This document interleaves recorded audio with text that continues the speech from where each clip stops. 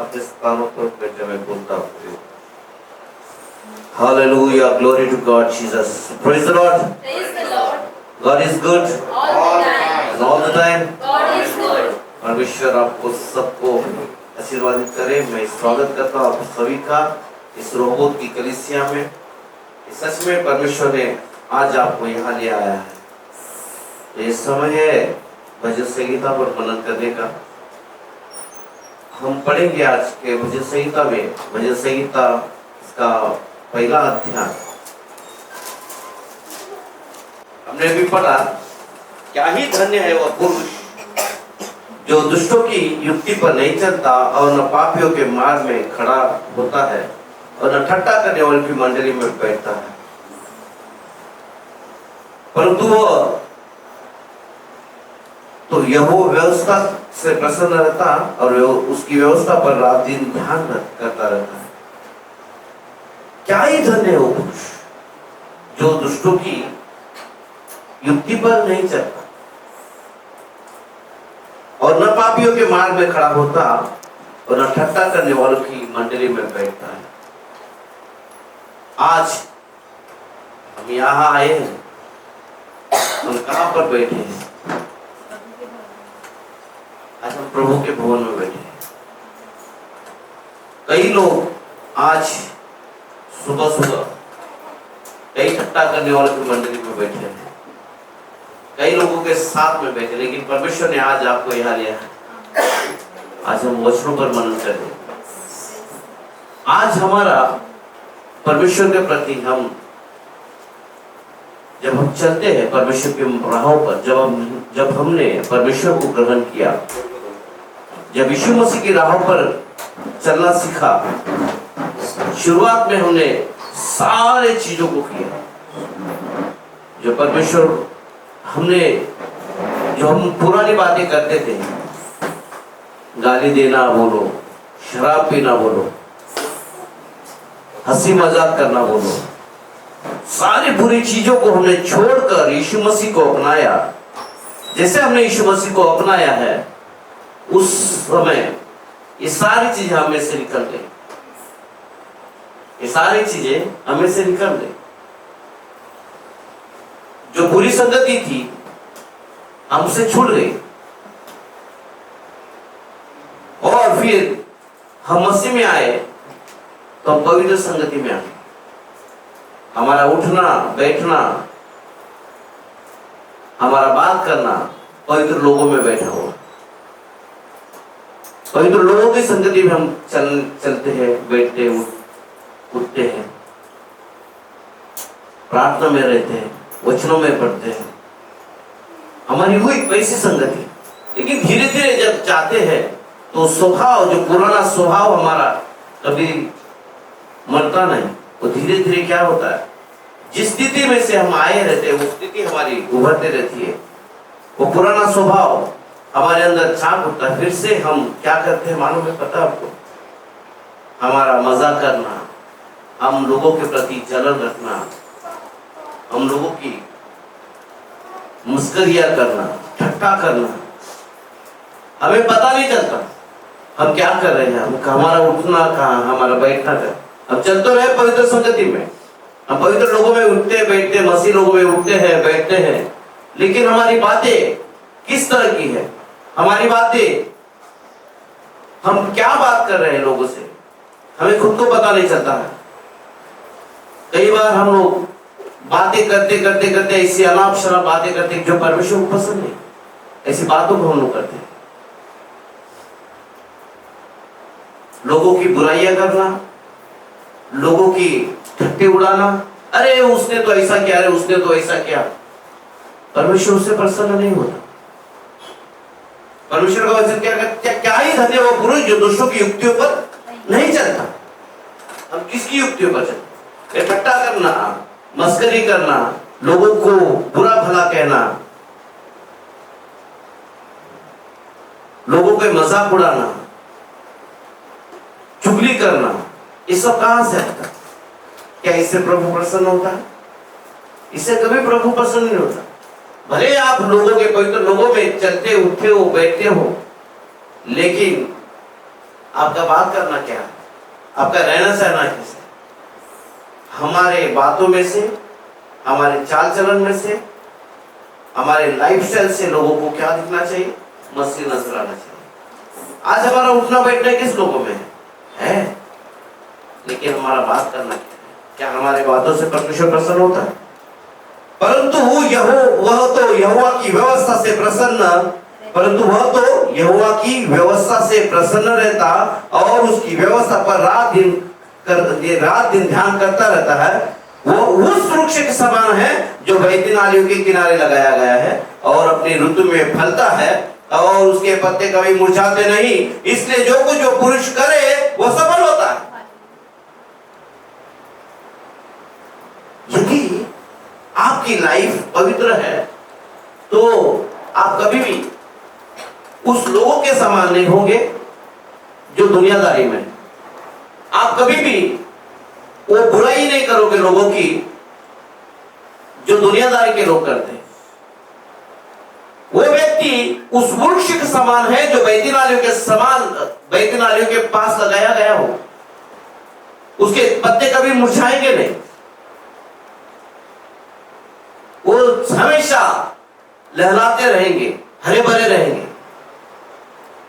आज इस सुबह के समय में मैं आपको कहना चाहता हूं कि हमारा लाइफ कैसा होना चाहिए, परमेश्वर को प्रसन्न होने वाला चाहिए हमारा। क्या आज हम उस नालियों के पास लगाए पेड़ के समान है या कहीं और जगह लगाए हुए हैं? वो व्यक्ति कभी भी किसी की निंदा नहीं करेगा, वो व्यक्ति किसी की बुराई नहीं करेगा जो मसीह को या वो रात दिन परमेश्वर की व्यवस्था पर ध्यान लगा रहता है, वचनों पर चलता है। कोई भी व्यक्ति अगर परमेश्वर की राह पर सही रीति से चलता, परमेश्वर का भय मानता है, तो वो ऐसी बातों को नहीं करे। हमेशा उसमें परमेश्वर का भय लगा रहता है। लेकिन दुष्ट लोग ऐसे नहीं रहते। दुष्ट लोगों को कोई उससे लेना देना नहीं। उस घास फूस के समान, क्या लिखा है, वो उस भूसी के समान होते हैं जो पवन में उड़ाई जाती है। लेकिन परमेश्वर का भय मानने वाला व्यक्ति उस भूसी के समान नहीं। उसको उपमा किस तरह की दी गई है, उस नालियों के बाजू में लगाए हुए पेड़ के समान, उसके पत्ते कभी मुरझाते नहीं। लेकिन दुष्ट लोग को क्या उपमा दी गई है, जो इसे काम करते हैं, वो घास फूस के समान है जो पवन में उड़ाई जाती है। आज हम इस सुबह में हम अपने आप को परखना चाहिए कि हम किस तरह के लोग हैं, हम कैसे उस नाली के पास लगाए हुए पेड़ के जैसे है या उस घास फूस के समान है जो वन में उड़ाई जाती है।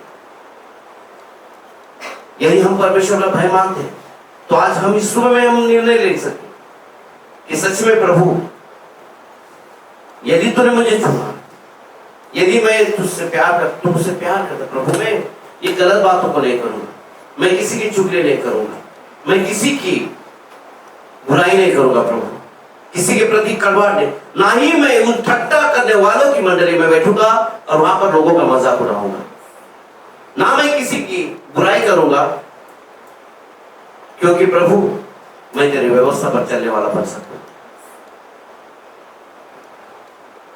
इस कारण दुष्ट लोग अदालत में स्थिर न रह सकेंगे और पापी और धर्मियों की मंडली में ठहरेंगे, क्योंकि यहोवा धर्मियों का मार्ग जानता है परंतु दुष्टों का मार्ग नष्ट हो जाता है। परमेश्वर धर्मी लोगों को जानता है। यदि आप परमेश्वर के भय में रहोगे, परमेश्वर की व्यवस्था पर चलोगे, ना तो उनके पीठ के पीछे बोलोगे, ना तो किसी की बुराई करोगे, ना किसी के प्रति कड़वाहट रखोगे, तब जाके आप उस बहती नाली के वृक्ष के समान बनोगे। परमेश्वर उनसे प्यार करता है। आप लोग उस धर्मी के समान हो जो नालियों के पास लगाए पेड़ के समान। आप उन दुष्टों के जैसे नहीं हो जो घास फूस की उसको उपमा दी गई, वो उड़ के कहीं चली जाएगी पता भी नहीं चलेगा, उसका कोई भी ठिकाना नहीं, वो नष्ट हो जाएगी। लेकिन आप नष्ट नहीं हो सके, क्योंकि आप परमेश्वर के व्यवस्था पर चलने वाले हो, आप उसका भय मानने वाले हो, आप किसी की बुराई नहीं करते, आप किसी के पीठ के पीछे नहीं बोलते, आप किसी को भी मजाक नहीं उड़ाते, आप अपने समान उनको देखते हैं। आप जैसे अपने आप पर प्रेम करते हो, लोगों के साथ वैसा प्रेम करते, जैसा परमेश्वर का स्वभाव है आपके पास में, उस परमेश्वर का स्वभाव आपके अंदर आ जाता है, तब आप उस वृक्ष के समान बन जाते हो जो उसके पत्ते कभी मुरझाते नहीं। आप आज इस मौके में अपने आप को जांचो, अपने आप को परखो, क्या परमेश्वर मैं उस नाली के पेड़ लगाए समान हूं, या मैं उस घास फूस के समान हूं जो पवन में उड़ाई जाती है? क्या प्रभु मैं लोगों की बुराई करता हूं? क्या प्रभु मैं किसी के प्रति कड़वाहट रखता हूं? कि प्रभु मैं किसी के प्रति जलन रखता हूं? क्या प्रभु यदि मैंने ऐसा किया तो प्रभु मुझे क्षमा।